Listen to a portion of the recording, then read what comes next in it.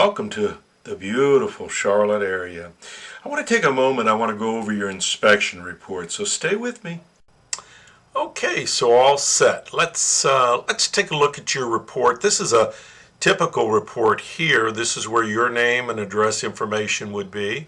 Upper right-hand corner is the legend. Each one of these initials pertain to something. A is consistent with the age of the chimney. B, see comments below. C, repairs needed. D, need further evaluation, or E, not applicable. Placed into the boxes next to the parts of the chimney that can be easily identified in this diagram.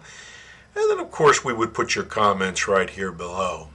All right, let's play the intro and get right into your personal report. So stay with me.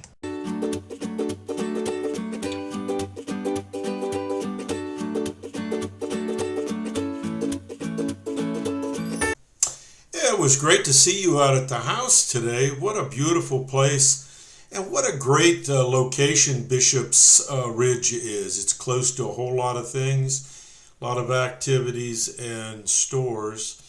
Let's start out though by taking a look at the top of the chimney. You can see the amount of rust that's on the chase top and the very top of the chimney cap up here. Not unusual if they're not kept painted. This one hasn't been. Not leaking now, but will in the future, no doubt. So this needs to be properly sanded and sealed. And I've given you a price on doing that, and Tony over at RGS will help you with that when you get ready. Hopefully, if you run it by your HOA, they may be able to take care of that for you. But if not, Tony can handle that for you. Wood burning fireplace with glass doors, working damper. The little handle for the damper is right here. When you pull it down, it closes.